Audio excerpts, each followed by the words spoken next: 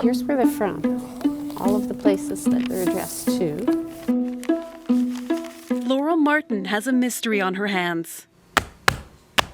She's trying to find out how Lucy is connected to Robert, whatever happened to Janine, and who all of these century-old family mementos belong to.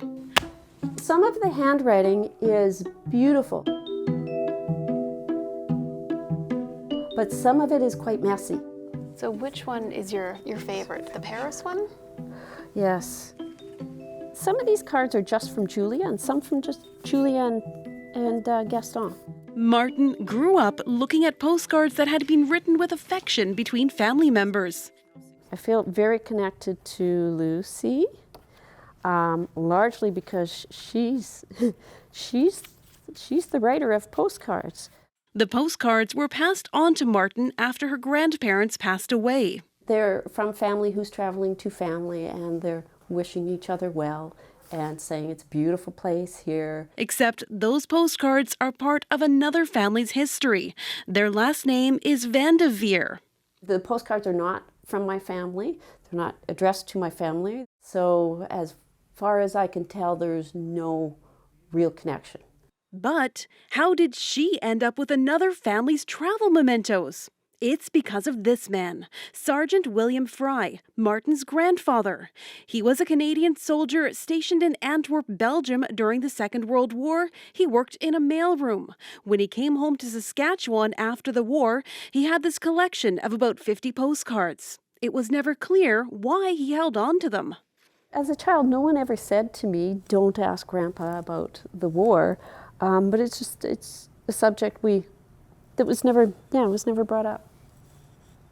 Here's where things get challenging. The postcards were not written in English. For the longest time, I thought they were in French, but my French is not good. I ran into a graduate student who is here from The Hague, and I was telling her about these postcards, and she said, well, let me see them. And then she was the one who identified them as being in 3 languages, so in French, in Dutch, and in Welsh.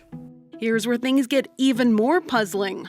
Both me and one of my other sisters were collecting stamps, and somewhere, I don't remember me doing it, but somehow a number of the stamps were lifted from the postcards. The earliest ones, though, that have a date are from 1919, so they're 100 years old. The latest known dates for the postcards are from the 1930s.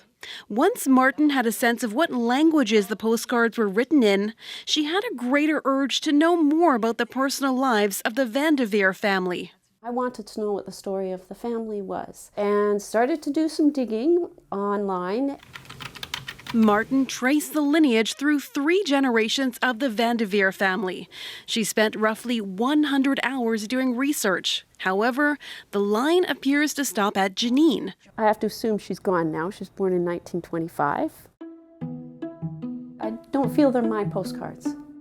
But I need to get the postcards home to where they belong.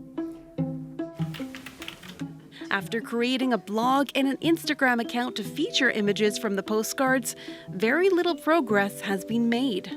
It would be heartwarming if somebody would help me figure out who this family is, what happened to them. And I think it's time for the real family, to look at the pretty postcards and read messages from family from 100 years ago. If they were as interested in these postcards as I am, that would be perfect. And you feel like you know them. I do, yes. Yeah, they travel with me.